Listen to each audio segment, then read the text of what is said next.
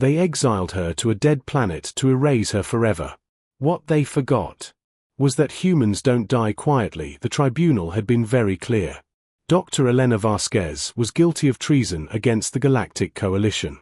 Her sentence was exile to designation XR771, a barren rock orbiting a dying star, where the atmosphere was toxic, the temperature swung between freezing and scorching, and nothing had survived for millennia. They gave her a week's worth of rations and a broken distress beacon. No tools.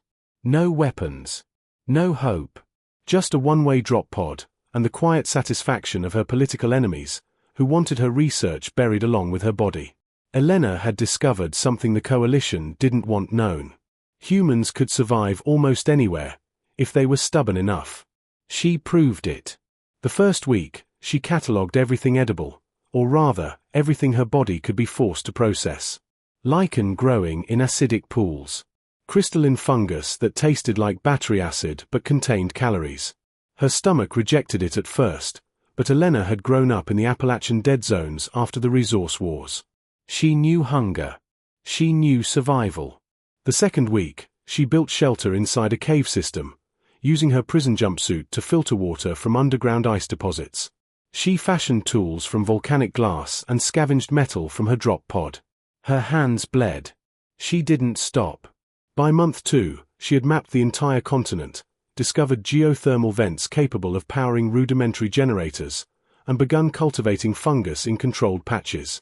She named the planet Defiance, and carved a flag into the cave wall, a middle finger outlined in charcoal. Month 3 brought company she didn't want. The Therian raiders used XR771 as a dumping ground for waste, and occasionally for sport, hunting any exile who somehow survived. They landed expecting easy prey.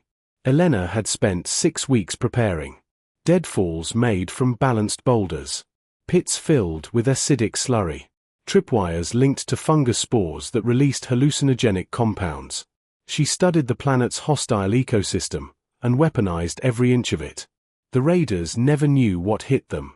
The survivors fled, spreading terrified rumors of the ghost of Defiance, a human who turned a dead world into a killing field. Month 4 brought more raiders. Curious about the stories. None of them left. By month 6, when a Coalition science vessel arrived for routine waste disposal verification, their sensors began malfunctioning.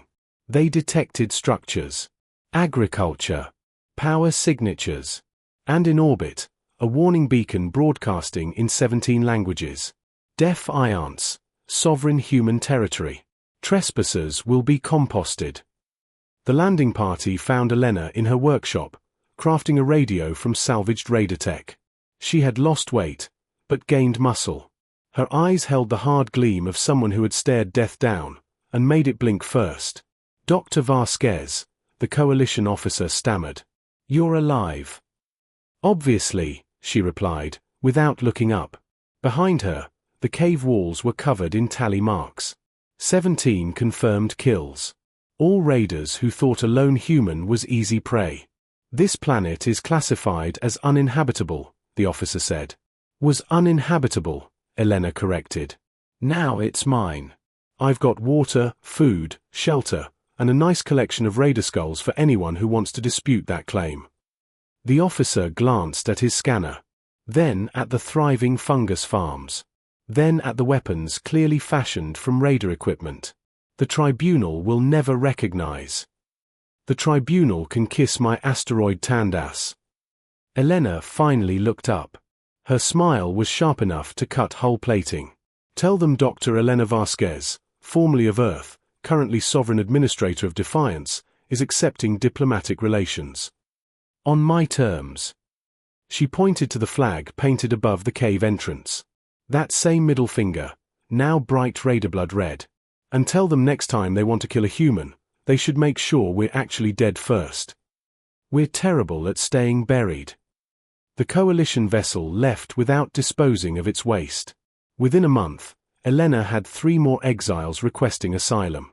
Within a year, Defiance had a population of 47, and a defense grid that made pirates nervous.